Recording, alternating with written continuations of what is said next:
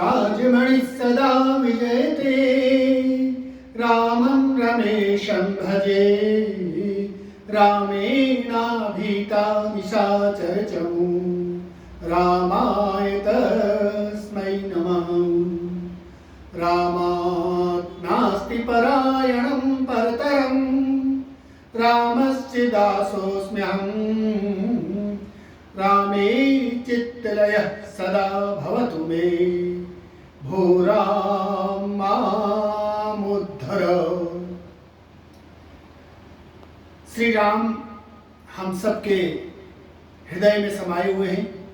मर्यादा पुरुषोत्तम श्री राम की लीला अपरंपार है, अनुकरणीय है और इसीलिए हर क्षेत्र में रामलीला का आयोजन होता है। आइए उसी का एक छोटा सा उदाहरण आपको दिखाता हूँ। जब मुनि विश्वामित्र राक्षसों के अत्याचार से पीड़ित होकर राजा दशरथ से उनके प्रिय पुत्रों श्री राम और लक्ष्मण को मांगने पहुंचते हैं तो किस तरह से निवेदन करते हैं। राजा दशरथ पूछते हैं कि आपने आकर हमारे आश्रम को पवित्र कर दिया, आपके आने का क्या कारण है। आइए चौपाई में सुनाते हैं मुनि विश्वामित्र की बात। असुर समूह सता वही मोहि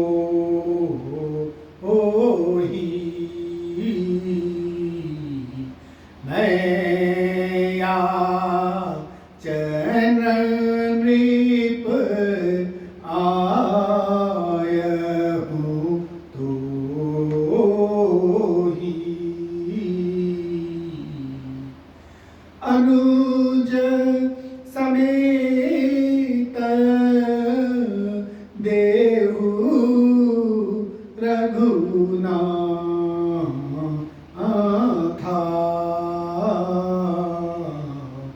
निशिचर बध में हो सना था। राजा दशरथ कहते हैं, कहाँ ये सुकोमल राजकुमार और कहाँ इतने बड़े बड़े मायावी राक्षस। हे मुनिश्रेष्ठ, इसके अलावा आप कुछ भी मांगो मैं वो देने को तैयार हूं, लेकिन परित्राणाय साधूनां विनाशाय च दुष्कृतां धर्म संस्थापनार्थाय संभवामि युगे युगे। जिस तरह गीता में यह बात कही थी कि जब जब धर्म की हानि होगी और अन्याय बढ़ेगा तब तक मैं अवतार लूंगा। मर्यादा पुरुषोत्तम भगवान श्री राम का अवतार जगत में राक्षसों के विनाश के लिए हुआ था। तो मुनि विश्वामित्र क्रोधित होते हैं और कहते हैं बहुत क्रोध में, अरे राजन बता जल्दी तू देगा राम को नहीं देगा। अरे राजन बता जल्दी तू देगा राम को नहीं देगा। बने हो कैसे रघुवंशी, बने हो कैसे रघुवंशी, वचन फिर टारते क्यों हो। नहीं तो श्राप दे दूंगा, तू देगा राम को नहीं देगा।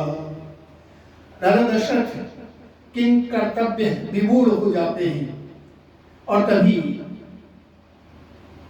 मुनि वशिष्ठ का आगमन होता है जो कि कुल गुरु होते हैं और कहते हैं कि तेजसाम ही नवय समीक्षते, तेजस्वी पुरुषों की उम्र नहीं गिनी जाती।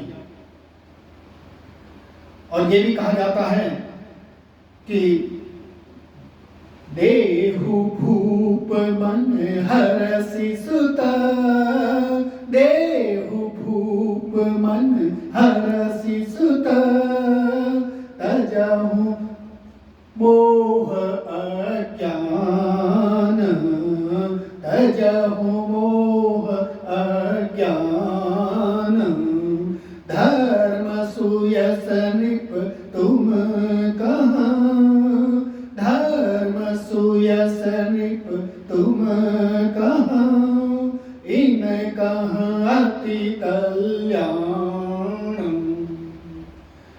आपको धर्म और सुयस मिलेगा और इनसे संसार का भला हो जाएगा।